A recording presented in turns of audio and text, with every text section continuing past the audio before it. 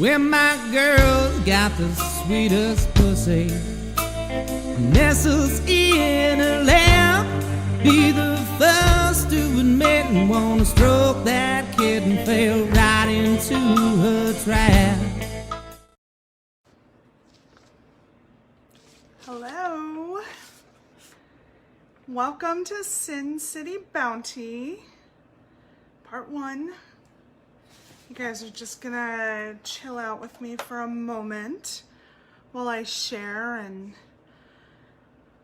do all that fun stuff. Hello, Christopher. So, just a few things I'd love to go over this week or talk about. There's a lot going on. There's a lot going on in the news. There are a lot of very important, huge things happening.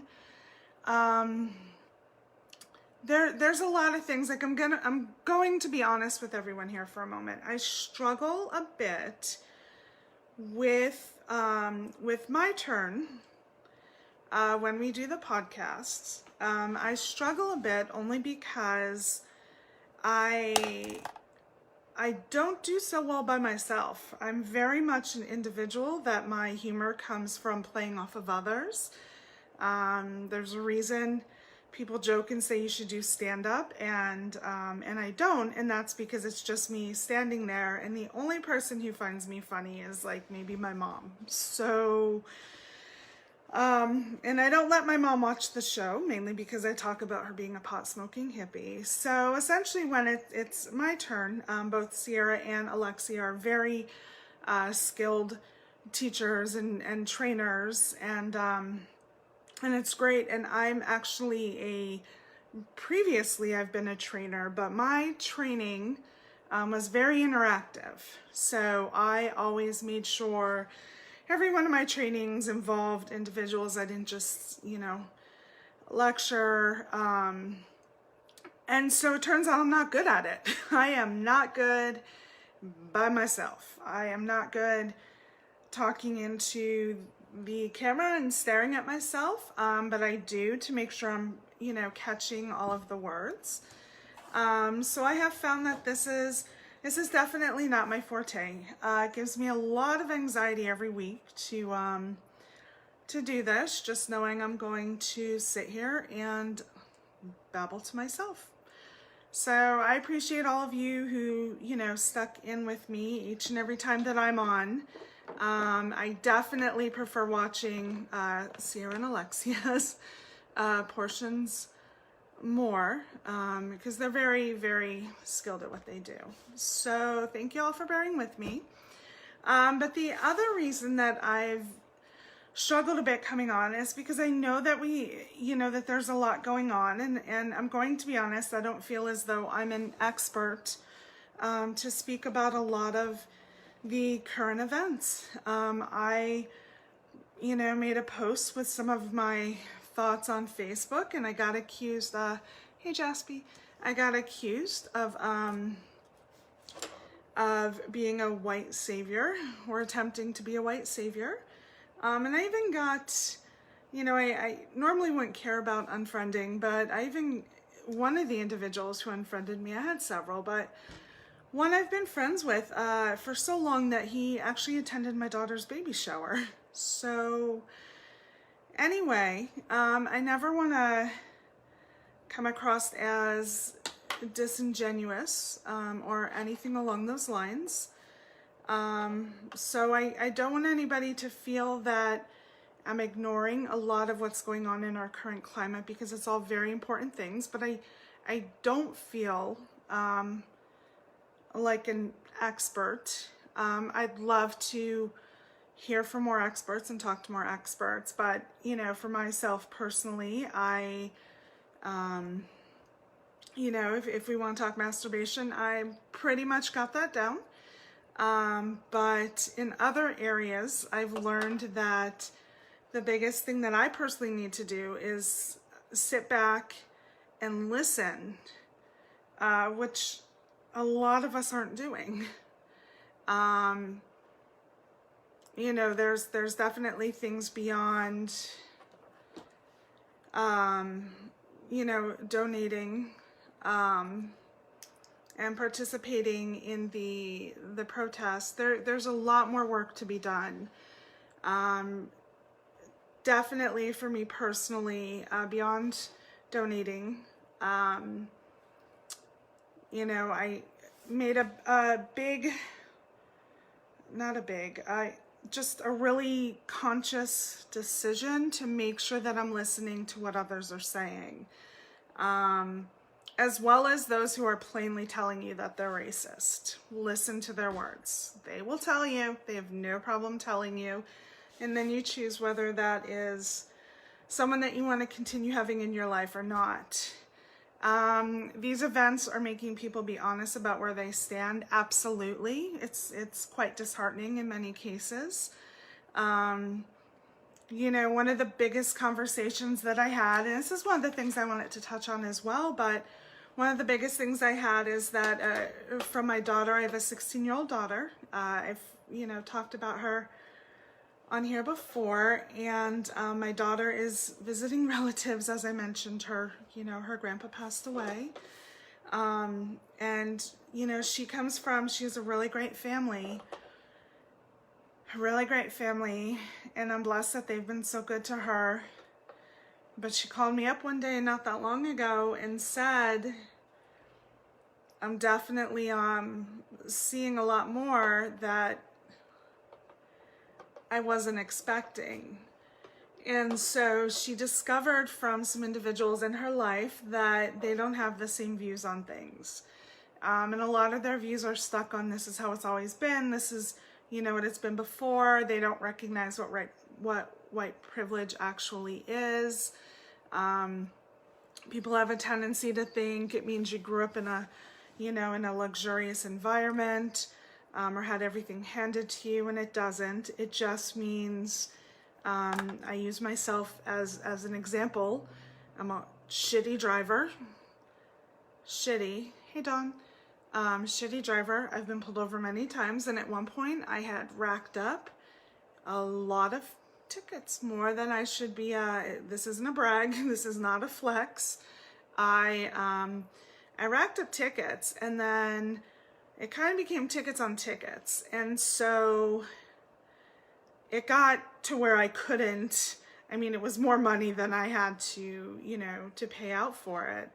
And I continued driving even though I hadn't, you know, cleared up what I needed to clear up. And every police officer that pulled me over let me go. Every time. They just said, I'm going to hand you another ticket, take care of things, I'm going to let you go. The very last time, I had an officer who said, I drive this route every day, or not drive the route, but, you know, this is my area, I drive this every day. What I should be doing right now is I should be marching you, you know, and you'll have to go to 2 different jails. Because I let the, you know, the tickets had gone on an extended period of time. First you'll get marched to this jail, and then, you know, you'll go and this is the process you'll go through, and then you go to this one, and here's the process you'll go through. And he said, I'm not going to do that. You know, I started bawling. He's like, I'm going to let you go. Make sure you take care of everything. I'm going to keep watch for you. If I see you again, then, you know, I'll take you to jail. And I tell that story not because I got away with it or what have you. I mean, I did, and I've since taken care of everything. But I absolutely recognize the fact that had I not had that white privilege, that situation could have gone completely different. You know, had that been someone else in that vehicle, the outcome quite possibly would not have been the same. And so it's definitely something that, you know, that I recognize. So my daughter was very saddened to learn that not everyone shared the same beliefs. And I mean, the only thing that I could really do to kind of reassure her is that she needs to hold fast onto what she knows is right, and not to let anyone else's beliefs, which she, you know, she won't, but not to let anybody else's beliefs override that, and speak up for what you think is right. Even if you don't feel that that's what you should be doing, or that they're your, you know, your elders, or you're supposed to be respectful, you still have a voice and you get to speak up and say, actually, that's incorrect. Or actually, you know, what you're discussing is wrong. Or here's another viewpoint to look at. So, you know, that's been a little something to find here. I'm pretty okay with some of the people that I decided, like, hey, our beliefs are so far apart that that we're good.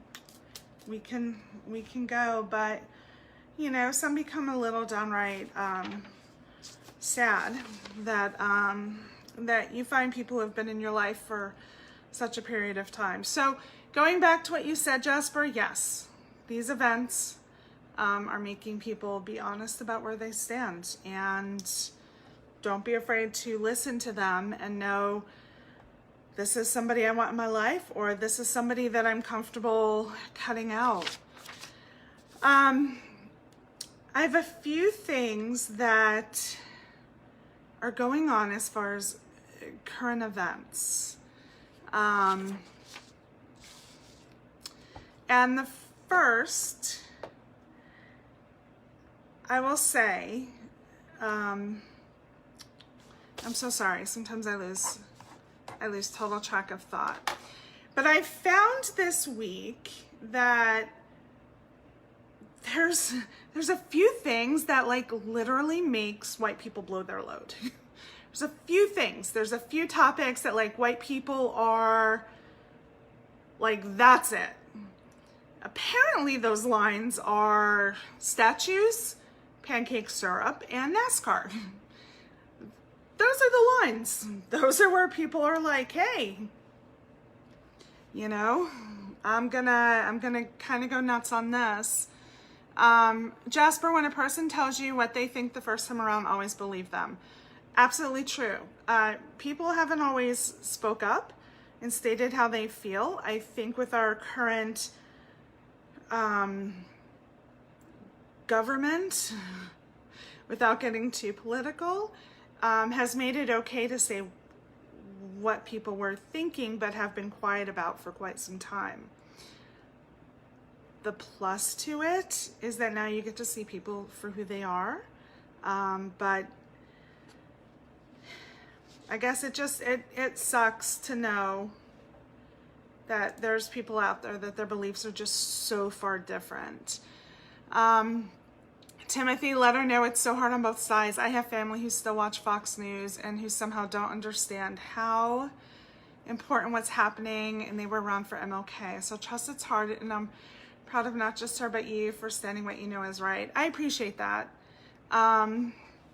You know, it's very tough. I struggled over it a little because she's in someone else's home, and I thought, you know, maybe at some point I should tell her back down. Just not back down on her beliefs, but maybe stop being as vocal. Because every time I was calling, they were saying like, your daughter's at it again. You know, she's out here spewing politics and all of this. And I'm very proud of her. I'm proud of her for having her beliefs and standing strong. But I will say I did have a bit of a debate as to whether or not,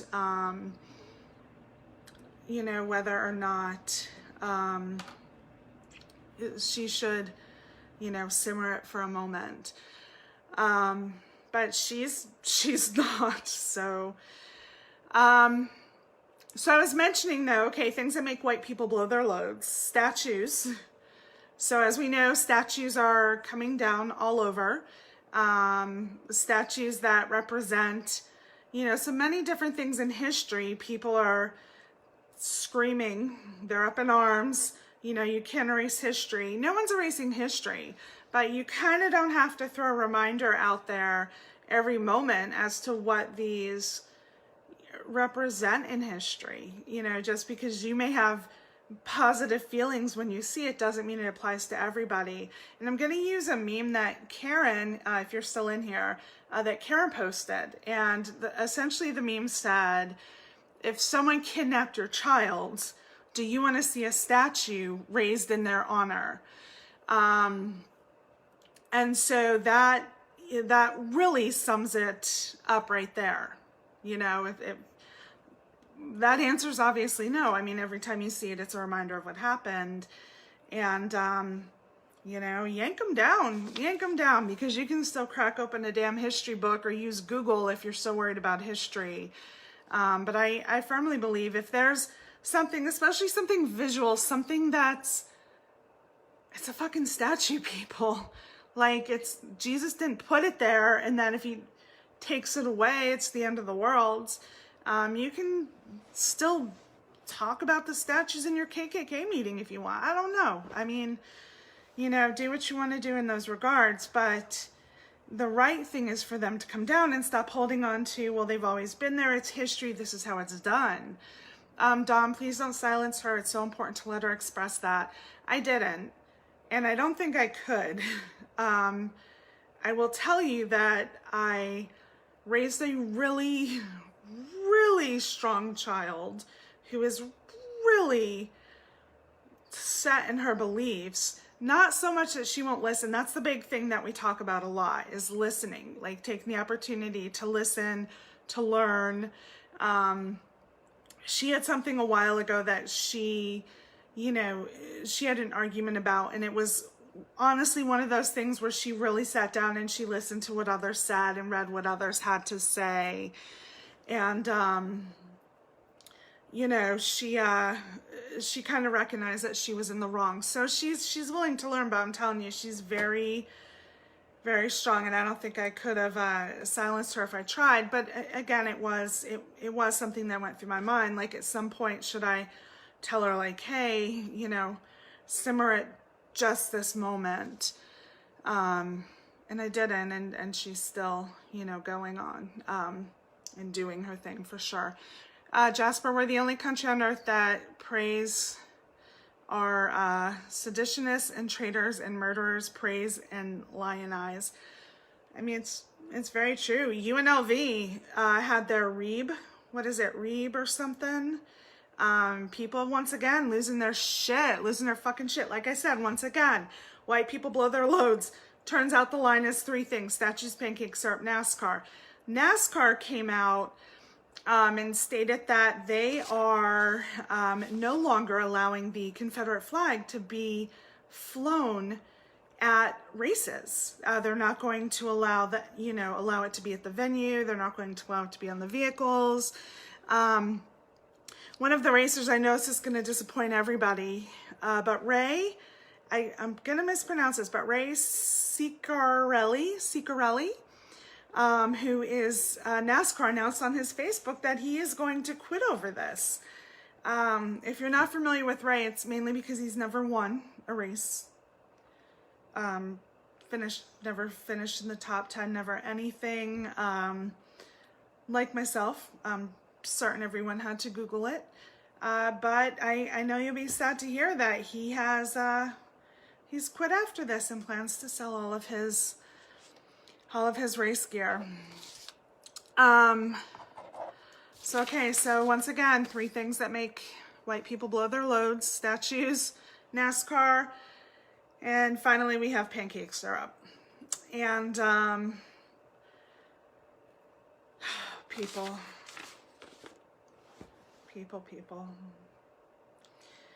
Aunt Jemima has been an issue for years. This isn't a brand new discussion. For years. Her origins are racist. The person that she was created after, they paint a really pretty picture of her life. But she was born into slavery. They leave that out, on the website for Aunt Jemima, but seriously, people are losing their shit. A little bit of maple flavored cornstarch. I don't know. At some point, you have to look and say, hey, we recognize this is wrong. Let's maybe change it. It's okay to do that. It's a huge part of life. Something's wrong. Let's make that change.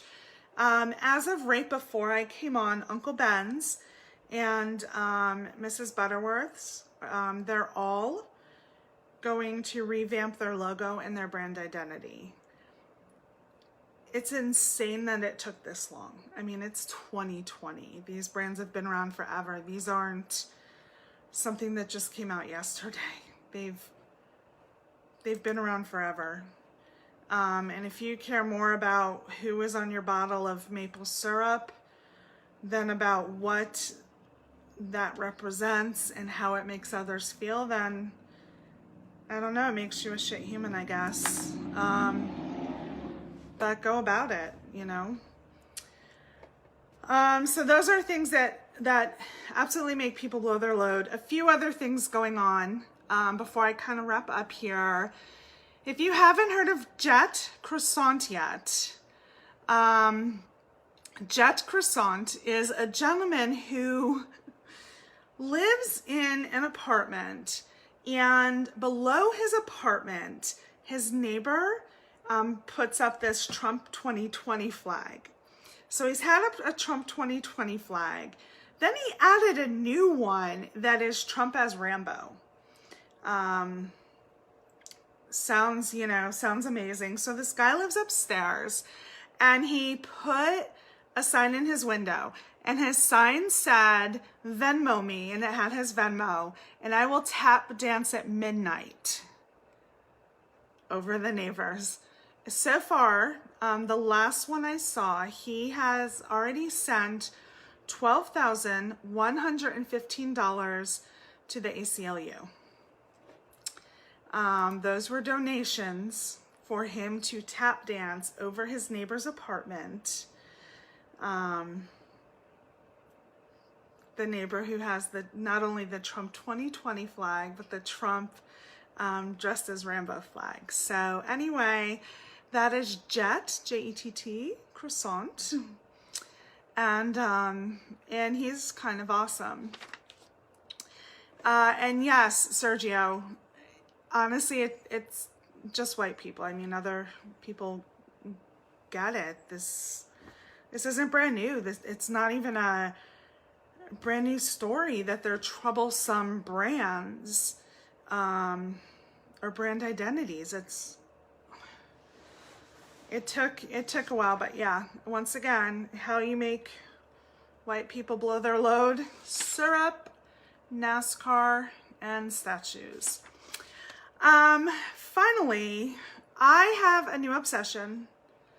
I don't know why I never watched this before. Everybody used to talk about Sons of Anarchy, and I never watched it. And I'm in this group, and they started talking about it again, like best show ever, and blah, blah, blah. So finally, you know, I'm home alone. I've got nothing to do. I'm like, let me just find a series. And that series became Sons of Anarchy. It's an amazing show, but I will be the first to admit that I often have to Google because I miss little things. So I often do have to Google the, a summary of what it's all been about. But one of the characters on there, he plays Clay, who is at least in the seasons I'm in, he is the head or the president of this this motorcycle club. He's played by Ron Perlman. And yes, Sergio, Ron Perlman was on fire this week on Twitter. If you have Twitter, find Ron Perlman. So, just to take a step back, the national, hold on one moment here. People like to message my Facebook when I have it open. So basically what happened is the U.S. Soccer Federation repealed its policy of prohibiting players from kneeling during the national anthem, which, as we know, kneeling was a show of protests against police brutality. Following the announcement, Florida Rep. Matt Gaetz and President Donald Trump criticized the decision on Twitter, with Trump tweeting, "I won't be watching anymore." First and foremost, y'all weren't watching soccer anyway. There were like 7 people watching soccer. But y'all weren't watching. Don't play like you were. So Perlman entered the conversation, posting, the U.S. soccer team called, and you guessed it, said they couldn't give any less of a fuck about what you two dipshits think. Tagged both Trump and Getz.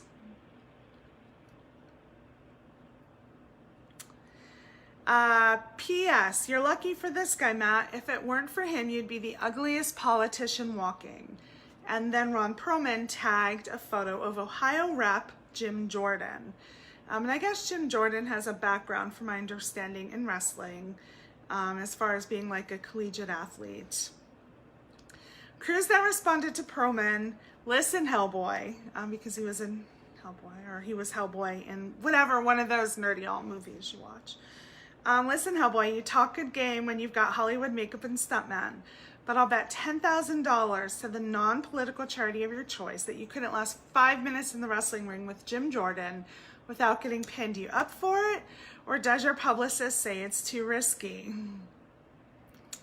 So he literally challenged Ron Perlman to a fight against another person, not to himself, against another person. Then he said, I'll tell you what, Teddy boy, since mentioning Jim Jordan and wrestling is problematic, why don't we say fuck him and just make it you and me? I'll give $50K to Black Lives Matter and you can keep all the taxpayer money you were thinking of spending. The Texas senator replied, I get it, you're rich, but apparently soft. You sure seem scared to wrestle Jim, whom you keep insulting. Can't take the heat, need to get a manicure? Ron replied, Teddy, what kind of a motherfucker offers to have another guy, probably asleep at the time, kick another guy's ass? Let's get back to business, Ted. Jim Jordan's too easy, just a little bitch. But you, Teddy, you talk shit about New York every chance you get. My hometown, it's personal. Let's go, mofo. This guy is amazingly savage. So if you don't follow Ron Perlman on Twitter, you're missing out. He is amazing. Very last thing I have, and then Sierra will be on shortly. Then will be followed after by Alexia. I know many people out there think coronavirus is fake, made up, whatever. I actually just had we'll call it a discussion with one of my people on my Toxi page about how he, has not worn a mask and goes in the store and continued working and goes out and never wears a mask. And I equated it to bragging that basically you fuck people without a condom and brag you haven't caught an STD yet.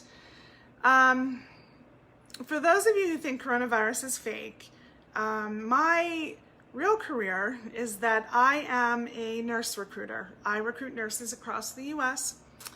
I've always kind of alluded to the fact that I'm healthcare-ish, but my job is when hospitals need nurses, travel nurses, I find them and I place them. And I can tell in the areas that have outbreaks by when they start asking me for ICU nurses. So if you think it's not real, I can assure you that I can tell you every day when I get the pop-ups for where ICU nurses or respiratory therapists are needed, I know exactly where the coronavirus is hitting. So you can continue to think it's fake, but I assure you it's not. Jim Jordan also turned a blind eye to sexual molestation while at Ohio State. That dude's a creep too. And let me guess, red states. Yes, and a lot of them are states that open quickly. A lot of the spikes are in states that were like, you know, we're not gonna keep this, we're not gonna keep these phases going. Like they reopened as fast as possible. So that's where I get to see the spikes. And every day I get to see exactly where it's happening. I know that if they start requesting many in a certain location, that they have a coronavirus spike happening in that area. I can tell by, you know, the length of each contract, if it's something they think is just a very temporary thing, or if they're pulling out full length contracts for them. Again, it's ICU nurses and respiratory therapists. So, you know, mask, don't mask, whatever, but that's your choice. Just know it's real, it's legit, and it's affecting people every day. So, if you don't, I'm sure the others will mention as well, but if you don't already follow us on YouTube, Twitter, Instagram. We're pretty easy to find. SinCityBounty. Like us on YouTube though, and if you haven't joined our Patreon and you want to, absolutely do so. Everything, again, SinCityBounty, super easy to find. If you have not, what is it? Is it a like or a follower? What is it on Instagram? But go to my own page also. After you go to SinCityBounty, go to Toxi O'Shea. Make sure to connect with me on there.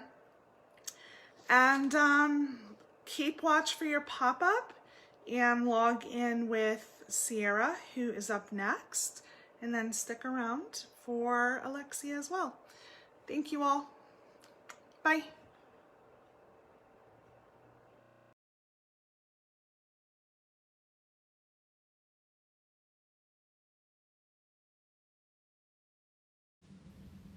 So, Toxi mentioned earlier that she was not good at this, but that Alexia and I are good at this, being alone and talking thing. And she's right. But it's only because Alexia and I have way more experience giving lectures, standing in a podium, talking to people, and not interacting with them to disseminate information to people. And that's, I mean, that's cool. You'll get better with it with time, my love. It just takes time. She talked about the 3 things that make white people blow their loads: NASCAR, pancake syrup, and statues. And I want to address the Reb statue situation. So our local college is UNLV. It's our university. And we have been the UNLV Rebels since the college was inducted. And Reb has gone from being a rebel to a frontiersman. Although we still called ourselves the Rebels. I'd be totally cool if we wanted to change our mascot officially to the frontiersman.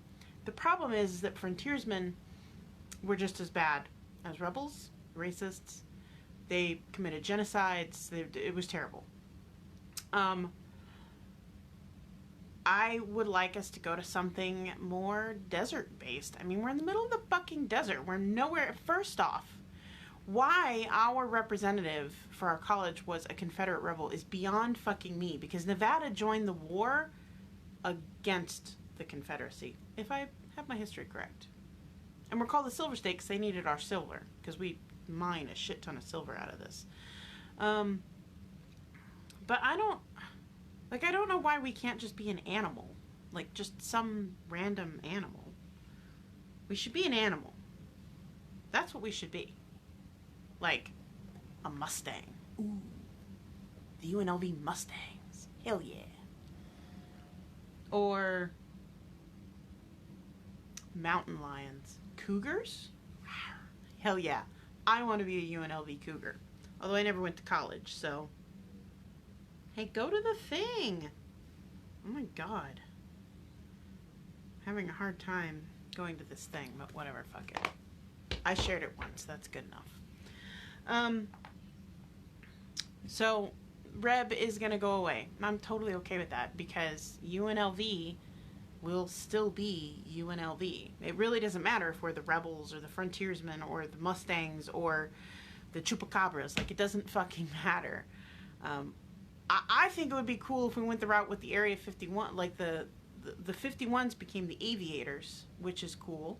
The 51s used to be the Stars, and now they're the 51s. They're our AAA baseball team, our minor league team. And they're a shit ton of fun to watch, but now they're the Aviators. Like, we could be something like that, like UNLV B-52s. It's the Love Shack. Love Shack, baby, yeah. I'm down for that. I'm totally cool for that. Because then we could all do that at, like, they just play that song. They can contact the B-52s, ask them if they can play that song at all of their sports events.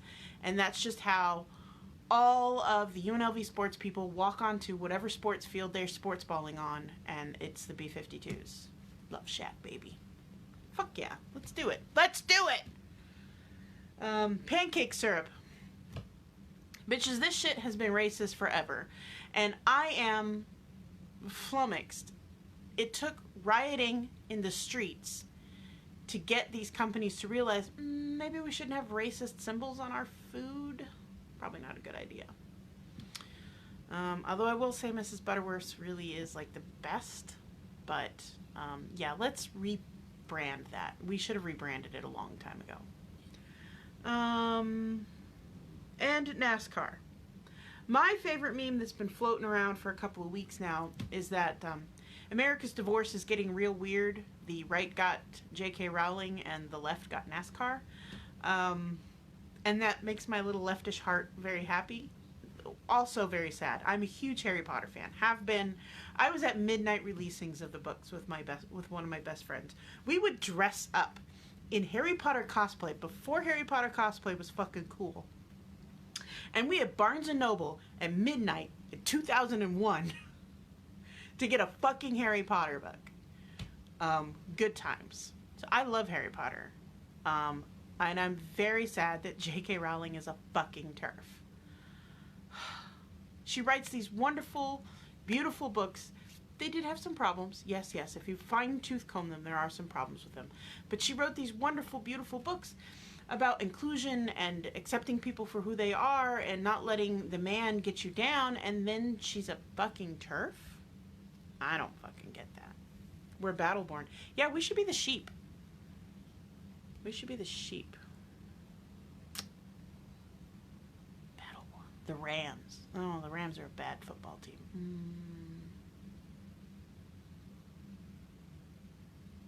I don't know. I don't know what we should become. But I do love NASCAR. And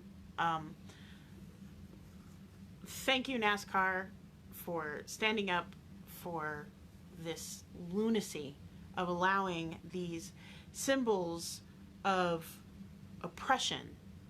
The bighorn sheep. Ooh, yeah.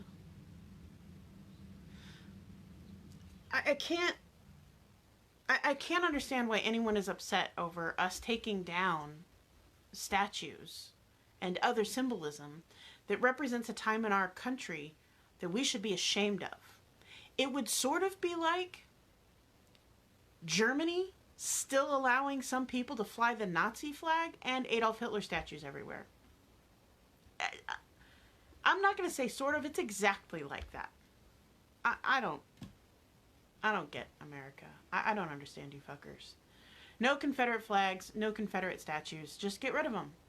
They're a shameful time in our history. Yes, it's our history, and yes, we should learn about it, but we should learn about the truth of it. And we shouldn't venerate those people who wanted to, like, I'm all for states' rights.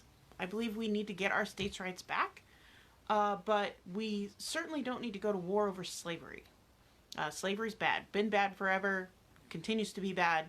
Anyone who venerates people who continued slavery is... It's awful. And I get, there are so many of our founding fathers who were slave owners. And we should acknowledge that. We should acknowledge that they changed the whole, that all men were created equal thing to make it very specific that it was white men who were all created equal. Because one of the founding fathers was like, this might end slavery if we do it this way. And they were like, we need to change that. And, yeah. So, we have a troubled history. We need to know the truth of that history.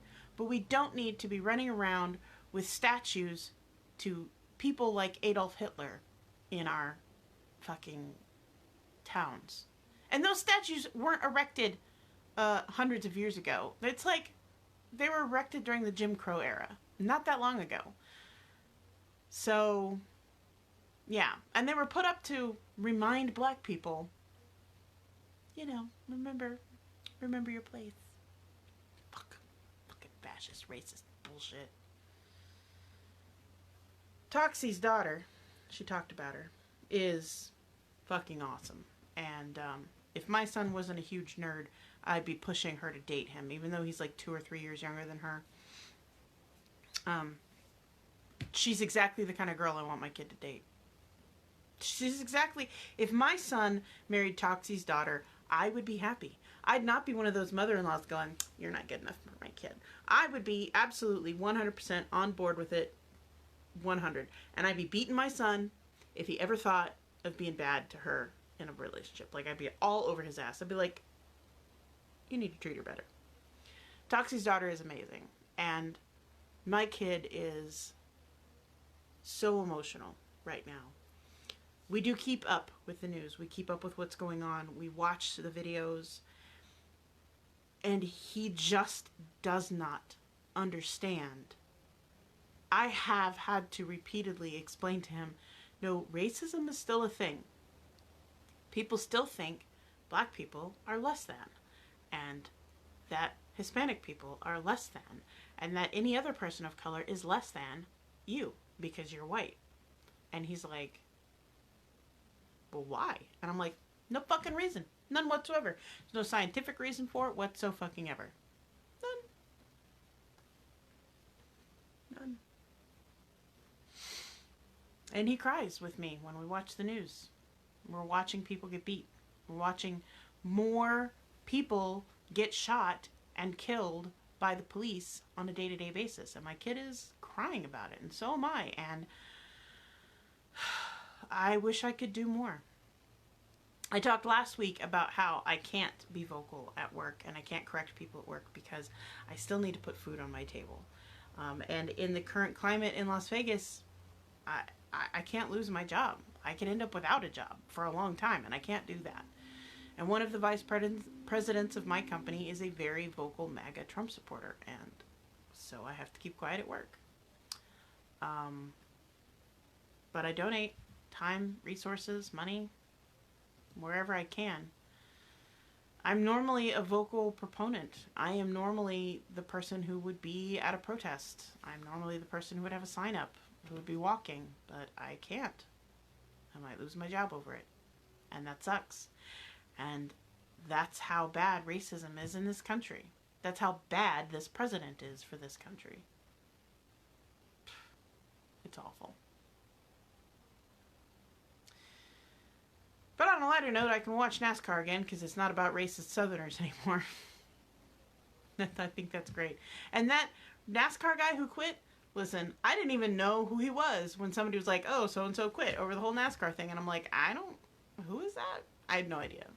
The only reason I knew he was a NASCAR driver is because they mentioned it in the newsreel that I was listening to. And that was it. This thing has definitely brought out, you know where people are now. And you know who to remove from your friends list. And I have removed them. It's exhausting. It's exhausting. This whole thing. And I can't imagine how exhausting it is for my people of color, my black friends, who have had to live this day to day, every day in their life. I talked last week about my white privilege. It's very similar to Toxi's, except that while she's never been arrested, I get arrested every time I get pulled over. But I've never had to worry about, am I going to die today? I've never had to worry about that. And that's the crux of white privilege, is that I can get pulled over. I know I'm getting arrested. I also know I'm not going to get beaten. I'm not going to get shot. It's such bullshit. Do I have anything funny to say today?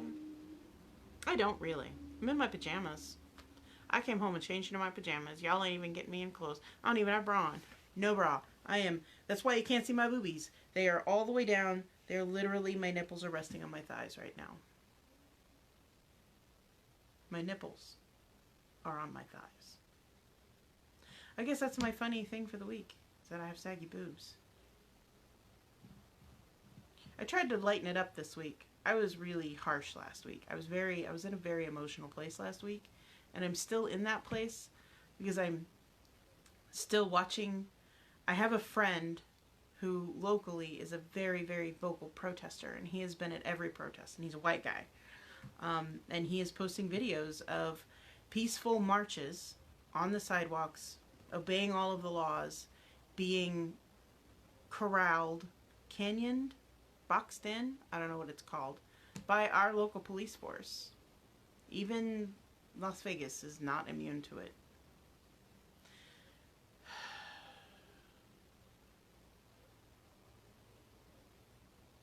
He's the most adorable little gay man ever, though. It's because they're like a quadruple Z. Yeah, I don't. I'm sorry. They're actually like a J in US sizes. So, if you want to buy me a bra. Actually, speaking of money, I'm going to plug Patreon because I didn't plug it last week. Like I said, it was a little bit of an emotional place last week. But you really should consider sponsoring us on Patreon. One of our lifelong dreams is to make enough money that we can quit our regular jobs and not have to worry about the vice president of the company who is a major MAGA Trump supporter. So we could go on tour, or we could be like Fat Girls for Black People, or, protest, do whatever. But we can't do that on YouTube because we are demonetized. We just think about YouTube, and YouTube is like, demonetized. So we don't make any money on that. We don't make any money on Facebook. I don't know if you've noticed it. There's no sponsors of this show. The only way we make money is through Patreon. There are peaceful marches. They're just turned into violent peaceful marches because the cops show up and start spraying people in the face with pepper spray. And I don't know about you, but I have a right to defend myself from attack, especially when I did nothing to provoke that attack. Walking down the street carrying a sign and screaming your viewpoint is not a provocation. Period, end of story. My boyfriend has the best line. The punishment for running away from the police is not death. The punishment for resisting arrest is not death.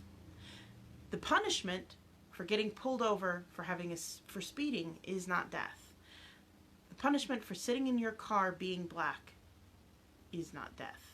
And yet, every time these things happen. Back to money. Because I'm a greedy bitch. Patreon. SinCityBounty is on Patreon. You can find all those links to most of our social media over on our website, SinCityBounty.com. Literally. I don't have to remind you to hashtags /.com, whatever. Just SinCityBounty.com. Go there. All of our stuff is there. Or just, get onto the Google webs, which I know you all know how to do, and just put in Sin, space, City, space, Bounty. Or, if you're lazy, don't put the spaces in. And you'll get us. I don't even know if they exist anymore. It's been a while since I've Googled them, but there used to be a bounty hunter, like bail bond group here called Sin City Bounty Hunters. It was pretty cool. For a little while there, we were like, sometimes we'd get hits from their searches. But we're on Patreon, patreon.com/SinCityBounty.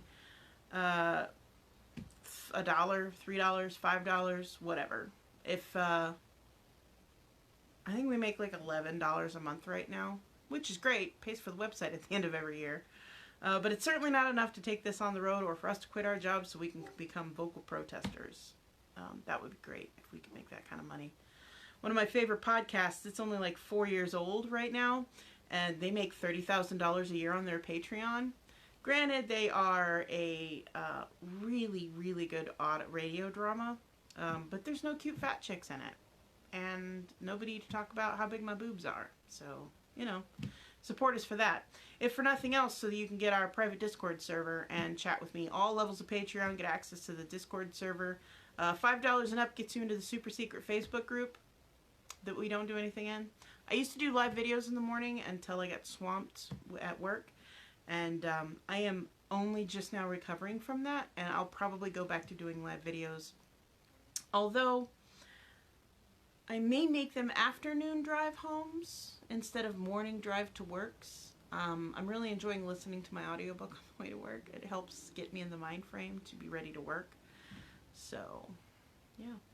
I read a lot.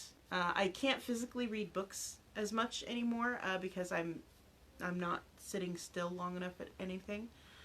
So I listen to audiobooks, and a certain audiobook company would make a great sponsor for this show. I'm looking at you. I'm looking at you. Because I do pay for them every month, and I do listen to my books every month.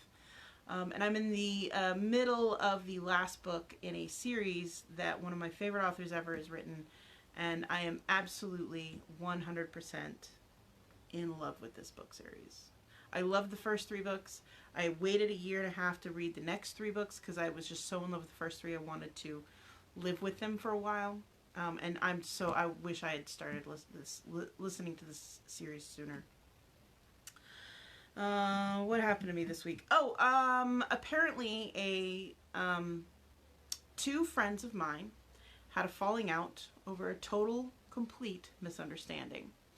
And, so I want to talk about, I like to game, and, I have joined gaming groups in the past, and I have curated gaming groups in the recent past. And every time something happens with a dude and there is some miscommunication and I get kicked out of the fucking gaming group, I'm a curse. So I started another gaming group because that's how I am. And we'll see what kind of drama happens this time to get me kicked out of the fucking gaming group. Y'all, communication. You need to talk. If you think someone is doing something behind your back, talk to them about it. Fucking confront them. Don't be a pussy pansy ass bitch and make an assumption and then just shut everything down. You know, talk to a motherfucker. That's all. That's all you gotta do. Fucking talk to a motherfucker. Fucking educate yourself. That's what. That's it. Just be like, hey, motherfucker, what's up with this bullshit? And then motherfucker can be like, it's not bullshit. It's just regular cow manure, and here's what's going on. And then you can be like, all right, I get it now. That's all it fucking takes, y'all. Fucking communication. Talk to a motherfucker. Talk to a motherfucker. I think that's it for me this week, you guys. I didn't eat dinner. It's downstairs waiting for me. If you get kicked out of your own gaming group, that makes you a pro. Yes. Yes, it does. I've been kicked out of 2 groups previously because some dude got some idea about something, and so I get kicked out of the group. And then this last one, I curated that group, and I got kicked out of it for nothing I did. I wasn't even involved, and yet here I sit curating yet another gaming group. It's mostly going to be gay people and my partners, so I'm hoping nothing really... Nope, can't see any drama happening there. No, for real though, I know these people, and they're very low drama. And I'm good with that. So I'm going to leave you guys with that. If you would like to support us, please go to Patreon and do that. We'd love to take this show on the road. We would love to quit our jobs and just do this full time. If you think this is fun, can you imagine what it would be like if we were making, I don't know, like $600 a month and we could afford to do better setups, green screens, maybe even do that whole like Zoom thing where we can all get together and broadcast at the same time? That'd be pretty fucking dope. Also, I'm thinking about doing a podcast on my own that has nothing to do with this. If you have ideas that you'd like to hear me talk about, let me know. It may just be me reading stuff out loud. I don't know. Anyway, peace out, motherfuckers. Support us on Patreon. Yeah, my lighting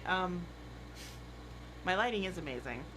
Because I got like 8 lights going on in this bedroom right now, including my bathroom light, and some very expensive LED bulbs. I love you guys. See you next week.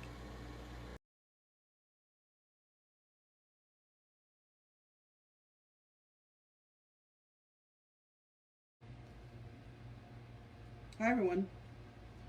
This is Alexia. This is part 3 of SinCityBounty. So, before I go into last time I talked about how I didn't feel like I wanted to teach people anything anymore, because you should just know better, right? I don't understand how people are coming down on the wrong side of the issues that are going on in the world today. On the issue of Black Lives Matter, why haven't you educated yourself? I'm sure you have educated yourself. Last time I talked about willful, deliberate ignorance. Well, it seems to me that Toxi talked about things that rile up white people. Deliberate and willful ignorance riles me the fuck up. A mutual friend of mine and Sierra's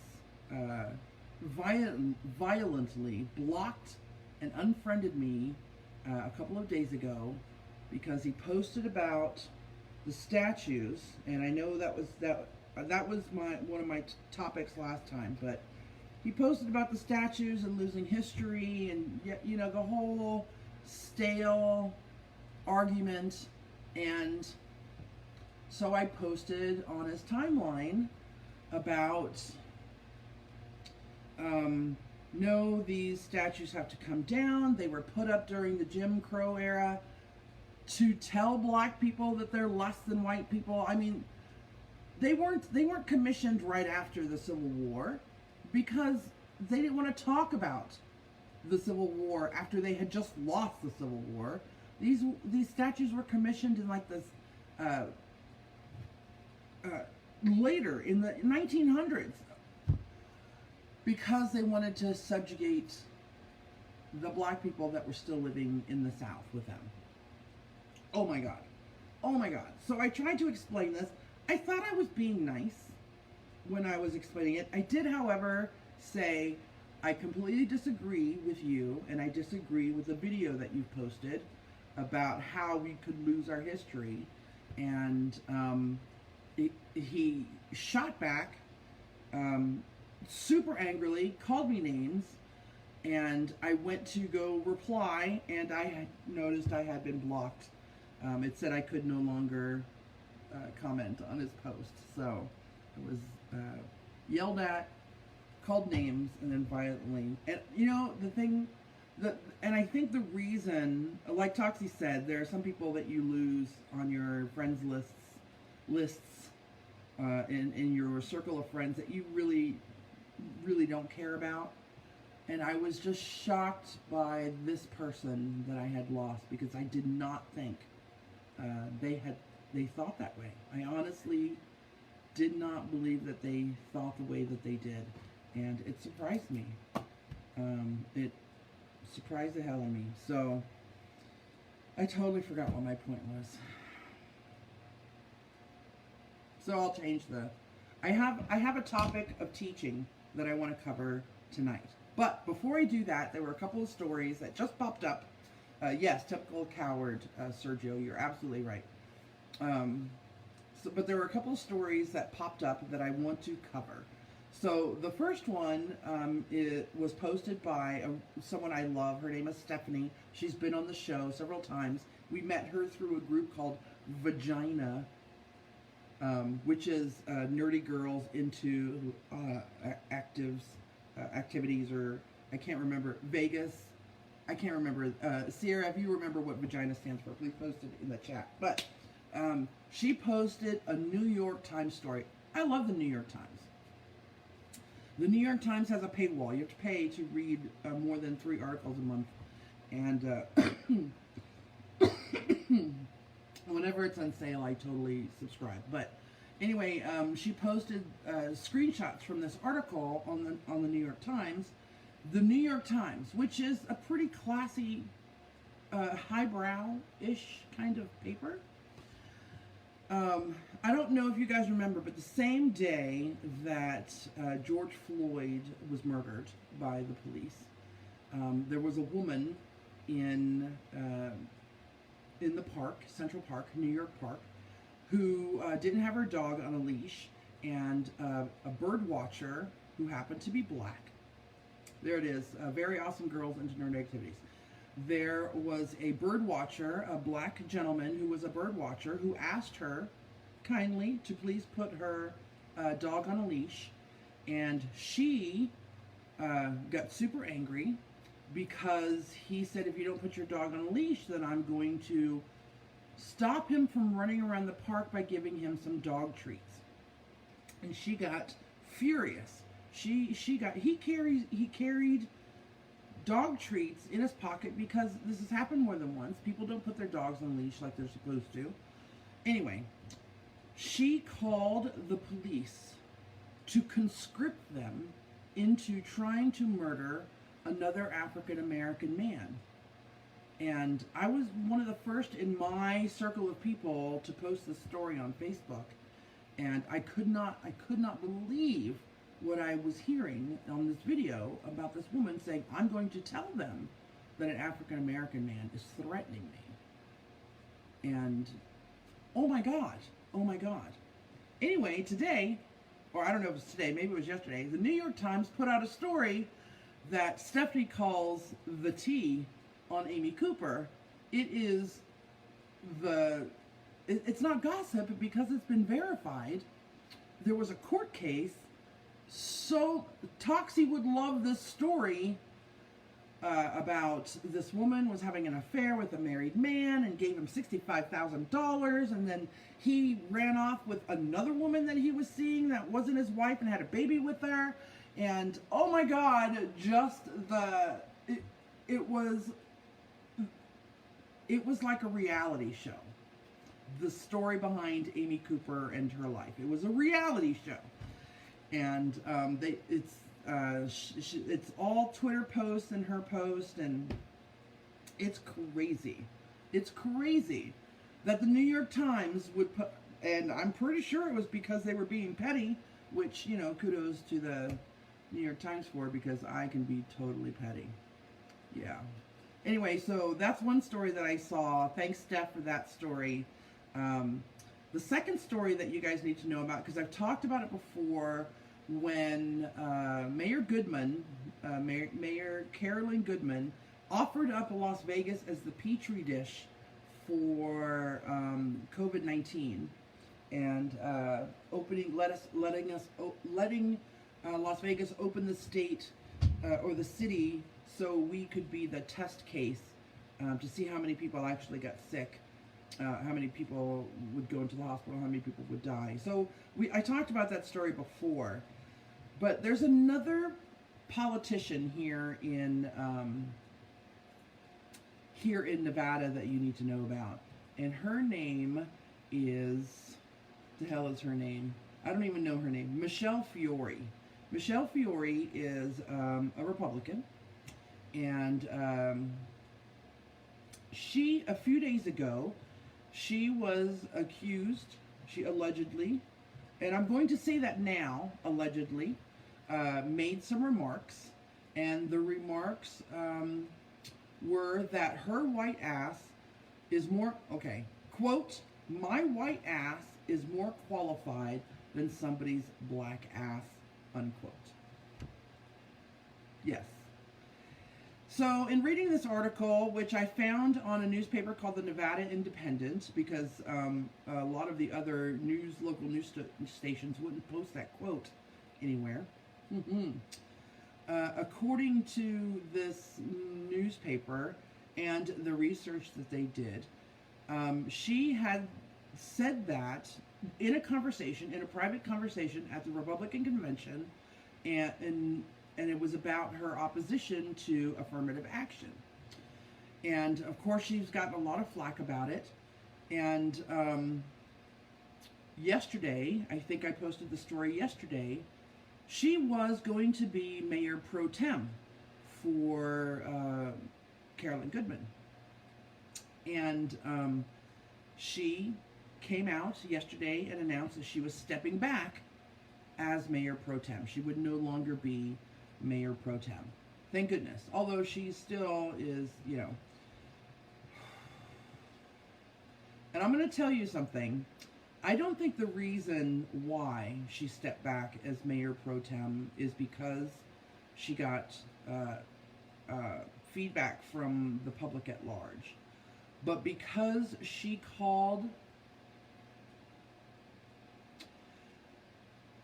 the Republican National Committee, the Republican Committee here in Las Vegas, the chairman,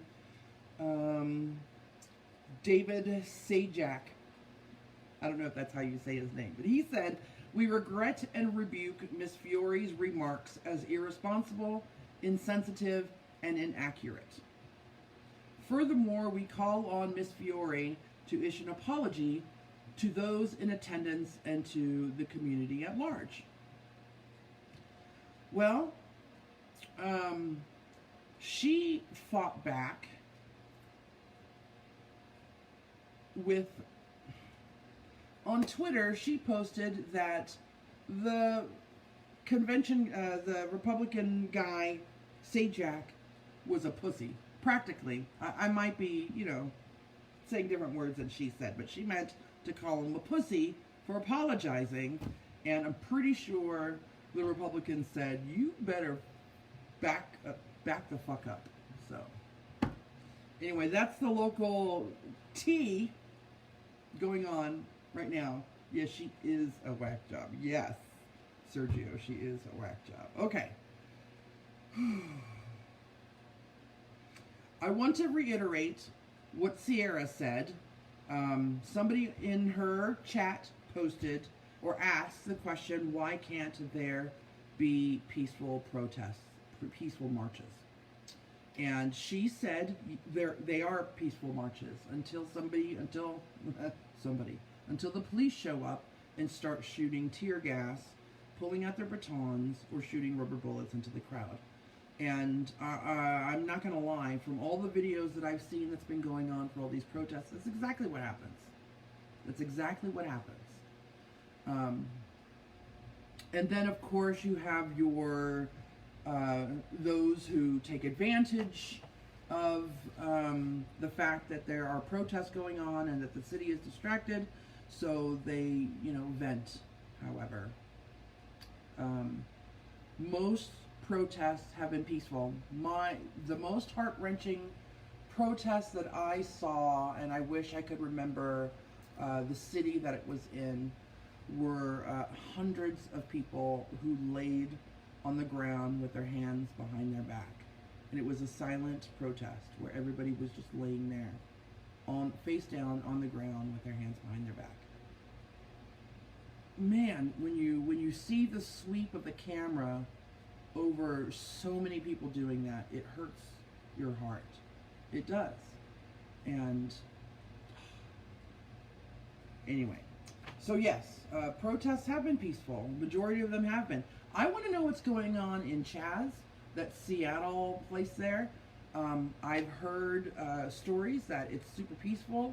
I think the mayor said it's like a love fest, sit-in kind of thing. But then you watch Fox News and they talk about how violent and dangerous it is, and everybody is cowering in the corners of their buildings and their stores, and I want to know what's really going on in there.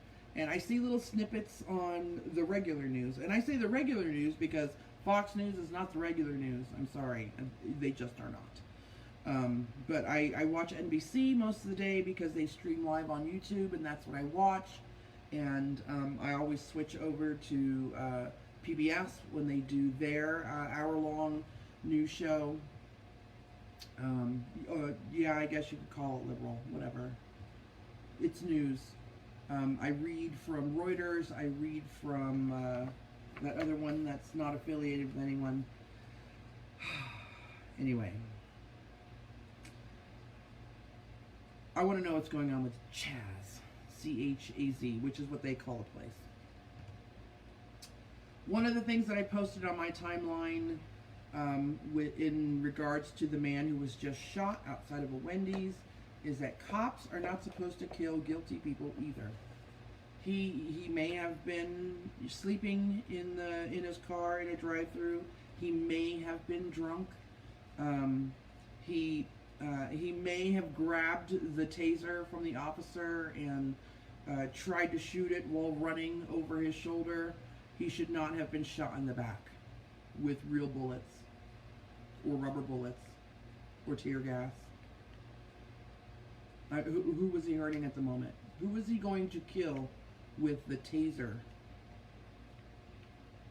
Cops don't have the right to kill anybody. Only in self-defense. And if you were scared that you were going to die because somebody who was running pointed a taser over their shoulder when your partner was like right there, should you be a cop? Just wondering. All right. So the big thing that I wanted to talk about this week was about the language that we use. I posted an article on my personal timeline. I'm not really Alexia. That's my persona. A lot of you know who I really am, which is cool. But someone said to me the other day, this world is too politically correct, and I am not going to pander to liberals and change what I call whatever. So, my first reaction, of course, is one of, what the fuck is wrong with you? My persona's name is Alexia. And when I am out at a SinCityBounty function, and if somebody says, in casual conversation, hey, Lexia, or Lexi, or Lex, or L, I might correct them because I don't want to be known by those names at SinCityBounty functions because the name is branded as Alexia, much as Sierra is Sierra and Toxi is Toxi.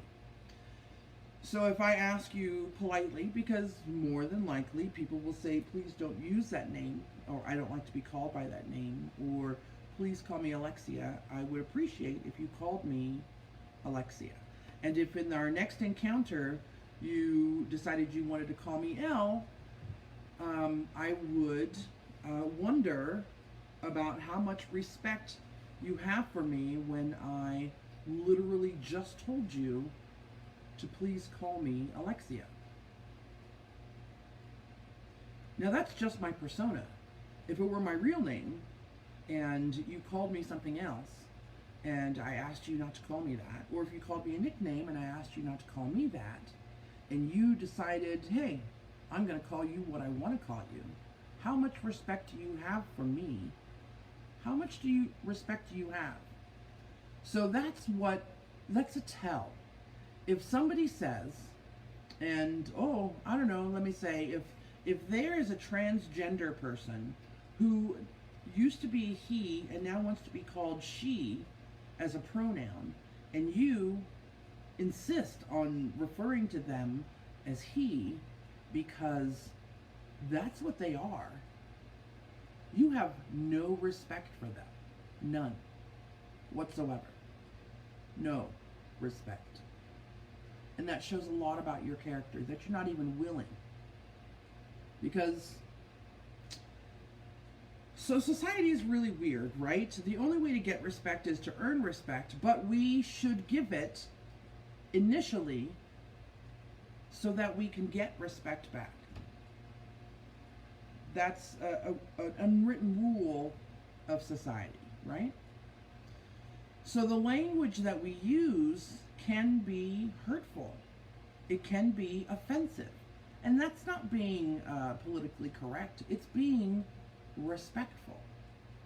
And I know I've talked about this before in one of these episodes that I've done. It is just being respectful. And if you can't be respectful, then fuck off. I don't have to give you the time of day. I don't have to treat you with respect because you have no intention of being respectful. And I think that's how it should be. But the language we use is, sometimes we don't even know that the language we use is incorrect. And I don't want to say incorrect. Let me be Sierra. It's fucked up. It's wrong. So anyway, I posted this article, and it's called 10 terms that are racist as fuck. And I'm going to tell you, when I read through these 10, I was shocked because I use a couple of these. Yeah. And you know what? I'm not going to be using them anymore. So let's see how well you fare.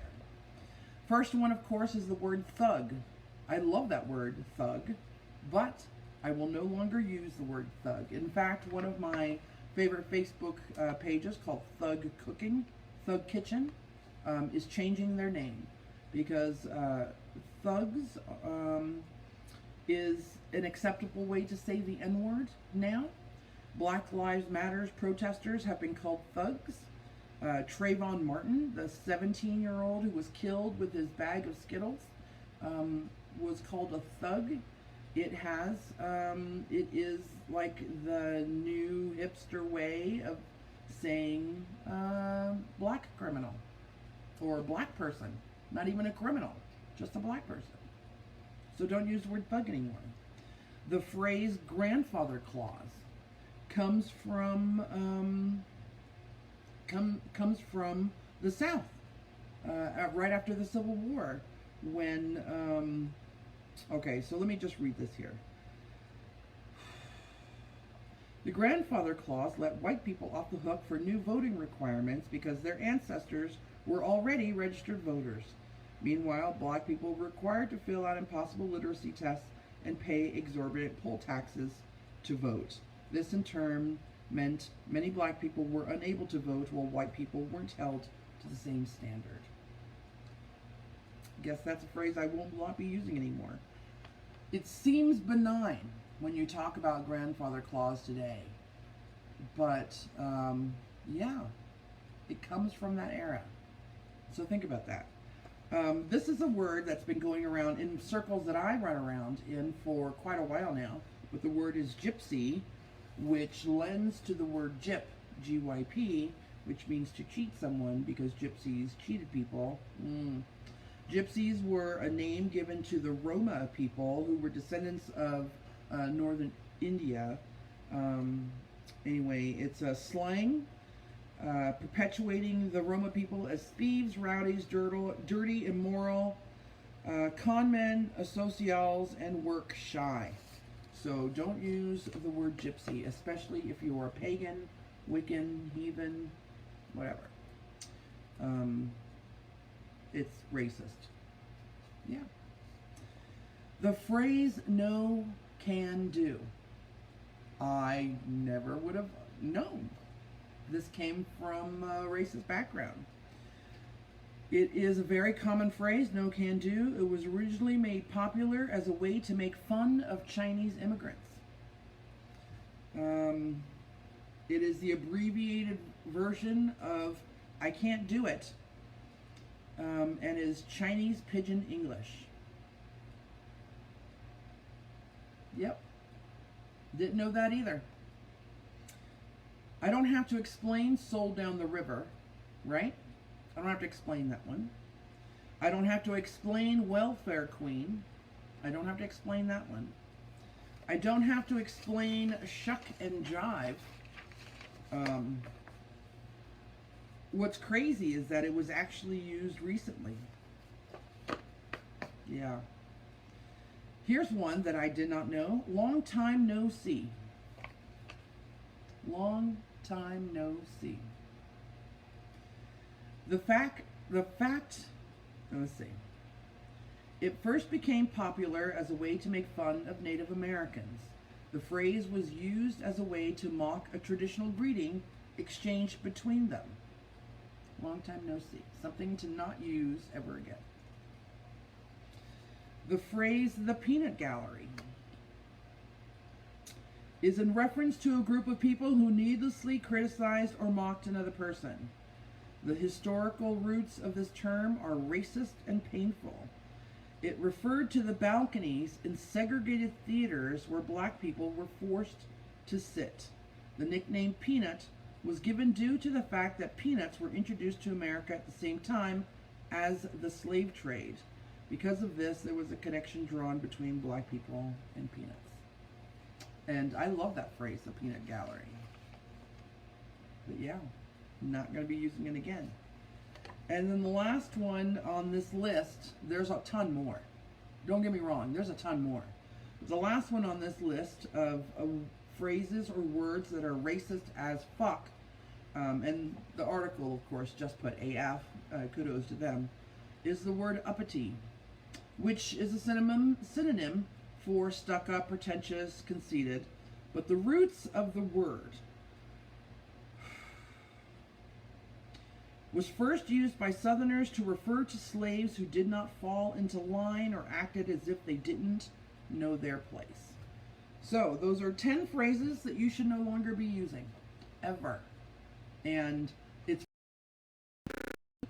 for some of these, like peanut gallery or long time no see, who they seem benign, but they're not. They come from a place that is horrendous. And if we are going to be, I hate this phrase, but if we are going to be on the right side of history, we should not be perpetuating bad history. The history that is bad. Not that it's wrong history, but you know what I mean. Okay. Other language. So there's so much out there to talk about. And I spent 45 minutes last time on talking about things that were pissing me off. So I come from one of the communities that I belong to is the pagan, Wiccan, New Agey. Although I look down, I'm a super judgmental person for those of you who don't know, but I kind of look down my nose at the highbrow, fluffy, New Agey people because sometimes aphorisms that they use or the things that they say are so just out there. Don't get me wrong, I love Gandhi, I love the sayings of Buddha, I have a love for, all those little one sentence things, that make you be better, feel better, whatever. I love that stuff. But there are some out there, I learned a long time ago that you don't say to somebody who is grieving the death of somebody else, they're in a better place. Hopefully you have learned that too. They have gone to a better place. That is one of the most horrible things that you can say to someone who is grieving over the death of someone else. Like, the place next to you was not the best place. Now they're in a better place. And what if that person, and I'm sure those people were referring to heaven, and what if that person doesn't believe in heaven? So, what kind of reference do they have? Anyway, some of the aphorisms, affirmations, things that are going on in the New Agey community are being said to Black, Indigenous, and other people of color. Such, and I posted this on my regular non-persona page because I hear it. I hear it all the time. Let me see. Maria has something to say here. I like learning these things too. Being from North Carolina, lots of them are used and it just becomes the norm. Not anymore for me. Exactly. Once you know better, be better. Look, that's an aphorism I can get behind, right? When you know better, you can be better. That's a great one. But some of the things that the New Agey group is saying to Black, Indigenous, and people of color are, you are responsible for your own reality. And one of the things that they should say back, they should scream back. They shouldn't have to say these things back. but they should say I'm not responsible for my experience with racism. They shouldn't have to say that. You, as the person giving advice, should never say you are responsible for your own reality. Because in some cases it's not true. Right? Some cases it's not true. A lot of you know I recently had a fire. I didn't cause the fire. I was at work that day. I didn't, there was nothing going on that made that fire happen that I did. So I was not responsible for that reality. I mean, that's the only relation that I can give for something like that. Do not say to people what you experience is here to teach you. So yes, you can say that to yourself. You know what? All of this is just to teach me something. This is wisdom that has been come from ages and ages and ages ago. But don't say that to a black person who is just coming from a protest that has been attacked by the police. Don't say that don't give that advice to people. What you can fully heal from this if you do the inner work. What inner work? If I'm hurting, I'm going to go to a doctor. If I'm mentally hurting, I'm going to go to a mental health doctor. But how about people of color can live in a world where they don't have to heal from racism? How about that? Maybe? If you raise your vibration, you won't attract this energy. What the fuck does that even mean? Raise my vibration? Half the people in the world don't even know what vibration is. And the other half of those people probably wouldn't know how to raise it in the first place. Sorry. New Agey people piss me off. I just have to say. So this is my lesson on language, and I have to be done or else I'm going to keep going. The last thing I want to talk about is that guy who viciously attacked me and then unfriended me and then blocked me. The video that he had put up to support his idea that statues, Confederate statues, were a part of our history and we should leave them up so we could learn our history. It's not like there aren't actually classes on the Civil War. Did you know that there are classes on the Civil War that you could take when you go to college? Did you know that there are hundreds of books out there about the Civil War that you can go learn that history? Anyway, the video that he had posted had a black man talking. And there's a very popular black woman now who is a Trump supporter who a lot of the right-wing, the right, have been using in defense of their ideas, in defense of the things that they are trying to put their opinions out there. So there's a tweet going around by Joshua Pease, P-E-A-S-E, and it says, if you are a white person who thinks all of the racism talk is getting out of hand, and you're quick to post the video of a famous black person agreeing with you, but you won't read a book from a black person with a PhD in their field disagreeing with you, then you aren't trying to learn anything. You're just weaponizing black voices to confirm your own bias. Stop weaponizing black voices. Well, I don't know who I'm talking to, because everybody who watches this show, you should know already that you need to be kind of lefty to be fans of this show, because all three of us are lefties, right? So I don't know who I'm talking to, but that phrase, weaponizing black voices to confirm your own bias, really got to me, because it's true. And I had to think about it, because I will post tweets from people of color and black people, and thinking, well, am I weaponizing their voices?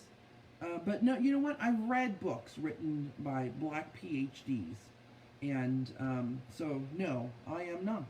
I am using the self-education that have given myself to push my own reality. And morally, I'm right. And yes, I'm going to say morally, I'm right. Morally, Sierra is right. Morally, Toxi is right. We are, and I hate this phrase, on the right side of history. We're on the right side of morality, is what it is.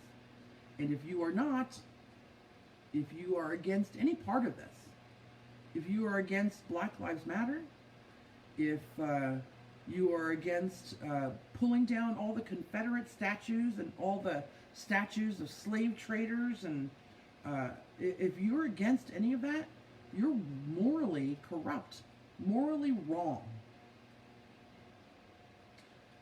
Toxi says, exactly, she panders to a very specific conservative group and they use her voice to justify their own racism. That's right. I'm not going to say her name because if there are any right people here, I don't want to give you something for your arsenal. So be careful about weaponizing your voices.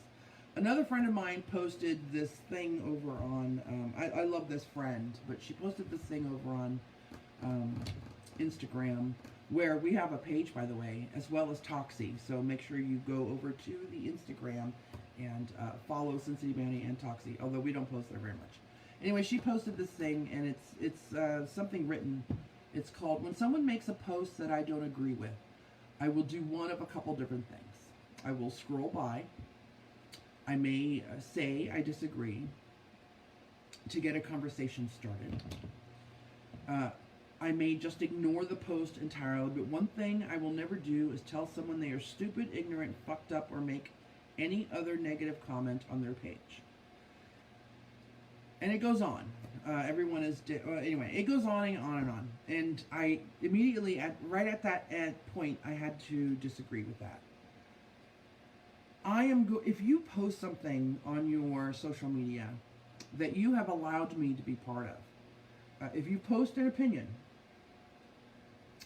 and you post something about preserving the history of Confederate statues, I'm going to tell you, I'm sorry, but I disagree with you.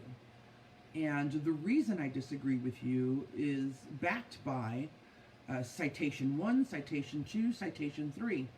I usually always cite the reasons why. Anyway, I'm very intellectual that way. I'm going to say I disagree with you. If you post something like "All Lives Matter" in all caps, I'm going to question the reason why you posted it. I am going to call into question the reason why you had to, in all caps, post the phrase "All Lives Matter" when in this current climate, Black lives have to matter for all lives to matter. And I'm usually not rude about it. Usually. I get a little condescending, I know. But I'm going to call it into question, especially if you're supposed to be a friend of mine. So, while that's all fine and good, when I do scroll by, I usually save it so I can come back and answer it in an intelligent fashion. I think about the things I'm going to say before I post them to your wall. I watch the language that I use. I'm careful about the language that I use. And you, being human beings on this earth, on the right moral side of looking at things, should also watch the language that you use. Learn and do better. Because if you learn, know better, you can be better, right? Joe says, a common argument against removing the monuments is that taking them down would scrub or willfully forget history. It is a nonsense argument. We'd still have textbooks, museums, movies, blah, blah, blah. Yes, absolutely. Absolutely. And I've been saying that all along. I've been using this phrase about I posted this first, and I think, I was the one on that part. That's because I'm tooting my own horn. Because I am always morally right. God damn it. Yeah, whatever. I'm Alexia. You just listened to Sierra, and right before that was Toxi. We are 3 of Sin City Bounty. These are the at-home editions of the show. Soon enough, we'll get back together. It'll probably be all in masks. We'll have to turn up the volume or learn to speak louder. Please follow us here on Facebook if you haven't liked our page already. Each of us have individual pages. Sierra, oh my God, posted from her Sierra page today, which freaked me out a little bit. Toxi's on here. On Instagram, you can follow SinCityBounty and Toxi. Over on Twitter, you can get YouTube announcements when videos go up. That's pretty much all we use the Twitter for, because it's so busy over there. I probably need to clean it up or something. I believe we have a Tumblr. I haven't been on there in forever. Go like our YouTube channel. Both the ladies mentioned our Patreon. We're going to work on that. Right now we get minimal money, which is great for those of you who support us. That's wonderful. We thank you. It pays for the website, which has a yearly fee, the domain and the website. So thank you for that. We're going to try to be here next week. It all depends on what's going on in the world, how angry we are, how much we need to vent. This is sort of like therapy for the 3 of us, where we talk about things that are going on in our lives and in the world. No sex this week. Reminder, COVID-19 is still a killer. Wear your masks when you're out in public.